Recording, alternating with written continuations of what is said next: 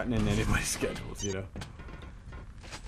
Yeah, exactly. And you know, with QuakeCon, you know, around the or you know, just around the corner, I think also that you know this is also a really good venue to get some practice matches in and you know kind of gauge, you know, as you know maybe some of the middle tier duelers, you know, they get their shot at you know Destruct, Rafa, Chance, you know those guys, and they get to see you know how far you know their practices carry them, and you know how well they can expect to do at something like QuakeCon.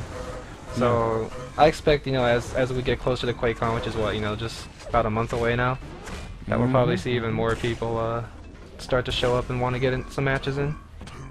Well, and you know, I'll say this: if people really love the King of the Hill thing that we're doing, I'm okay with you know taking one of our nights that we do something else on and you know turning it into another King of the Hill.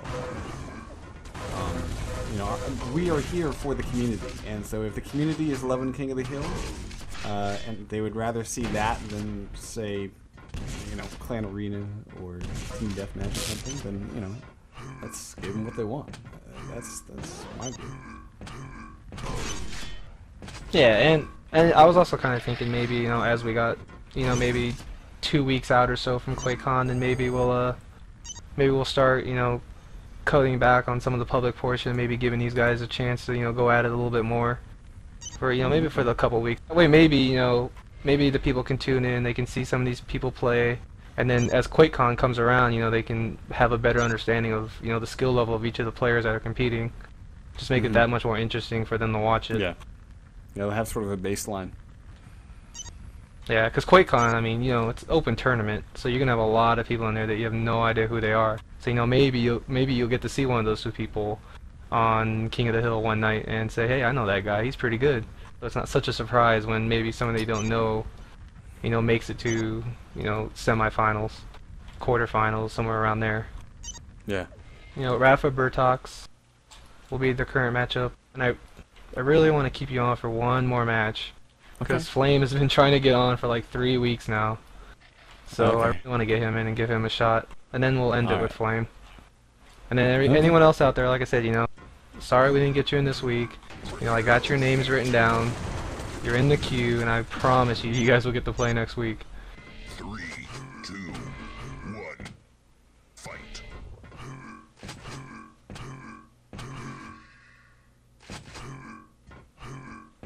Also, if you guys don't know, Bertox actually made a Quake 3 movie recently called The Pledge, which I highly suggest you guys check out. Oh, I haven't seen it. Okay. So Rafa timed that Mega, picked it up at 10, and Bertox is gonna die in a fire as he gets popped around. Good lord! I mean, how long was he touching the ground there? Maybe 0.002 seconds? Rafa just kept him airborne, and that kept his shaft aim off. Rafa gets first blood on Furious Heights, 40 seconds burned away. Rafa already taking control. So, good lord, will Rafa do it again? Will he? Uh-oh, there we go. Now he got some Mega. Will he? I think he's thinking this crown sits pretty good on his head right now. Yeah, I mean this will be what, the second time that he's pretty much run through the competition. Yes, it will.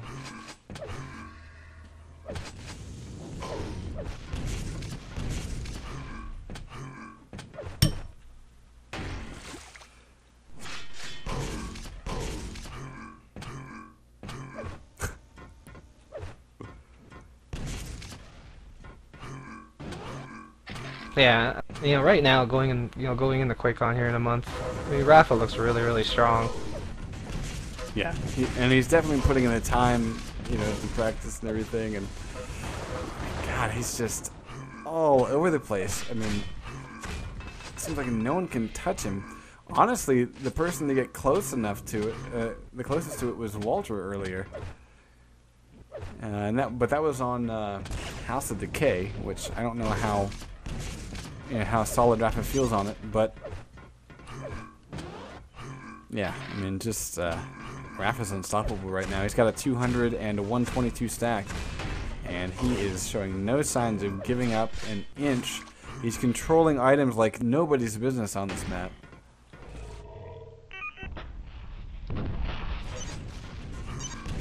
I don't know how he dodged that rocket. Because, like, you know, I'm tired, my eyes are hurting, and I saw that rocket, I'm like, okay, I'm just waiting for it to detonate right between the eyes, and Rafa manages to, like, duck under it. I mean, seriously? Could you be any more Neo?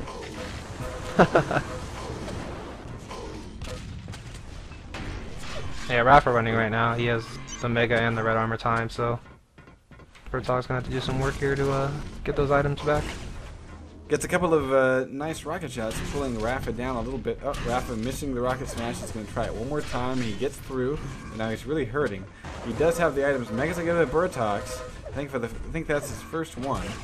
Rafa's still able to get a rail as Bertox was coming across the bridge. Good lord. Rafa, even after eating a couple rockets there, survives and about to prevail. Right here with a shotgun, pulls down Bertox for the 7th time. Furious Heights, Rafa Bertox. Rafa totally on top. So Dooley told me in IRC that he thinks it would be awesome to have a King of the Hill at QuakeCon, Interesting. which would be pretty epic in itself. That would be pretty epic.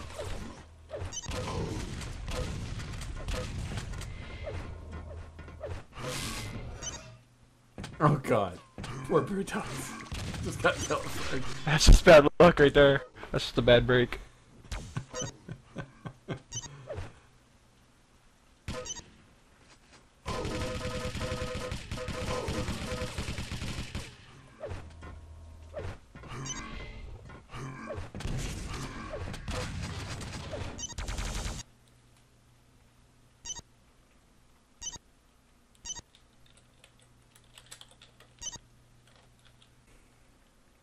Rafa. Joe Best they Rogan. can. Someone wants Joe Rogan, aka, you know. Here's a little interesting little story about Joe Rogan that some people Being may high not and playing know. video games? Sorry, what? Joe Rogan, yeah, Joe Rogan back in the RA3 days was actually a pretty decent RA3 player for a little clan called Extreme Detriment, and he used the handle XD Primate. And Extreme Detriment had this webpage where Joe Rogan would make, they would make like these little, I guess you could call them podcasts, kind of before podcasts were really popular. They would have these little 2 or 3 minute, you know, just random things, and Joe Rogan would come on and give a little rant, and it was fantastic. Most people probably wouldn't know that. When will people learn that Rafa's good at this map? You don't want to play Rafa on this map. Alright, Flame, let's do this. It's Flame. Prepare to fight. There we go. Yeah, Flame's getting better. He's getting better. 3, 2, Let's see if he disconnects. Stay in, Flame. He's in. Alright. Successful. Excellent. Game on! Rafa making the jump to red. Flame not able to connect that rail. Rafa going up strong with the LG, burning off what little armor Flame had. Flame will take the L-shaped hallway. Rafa peeking out with the rail. Hits Flame once, going for the... Ooh, not gonna happen. Can't get the second shot. Flame sitting at 63 health. Rafa already stacked up 139, 139. Now 200 and 132. Flame not having much here. Probably won't survive this onslaught. There he goes. Rafa getting on the board. First blood.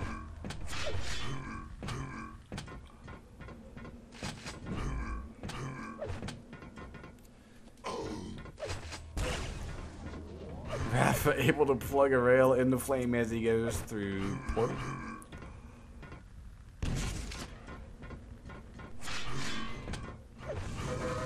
Rafa not gonna be able to shut down Flame before Red Armor. Flame's trying to get away, and he just cannot do it. Rafa's gonna grab Mega and head back over to the grenade launcher, back up, and grab himself a Red Armor. Boots says that Rafa's new mouse is Chuck Norris's left foot.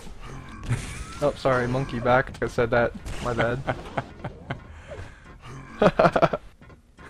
Oh, Flame going to the negatives. This isn't golf, Flame. Ouch.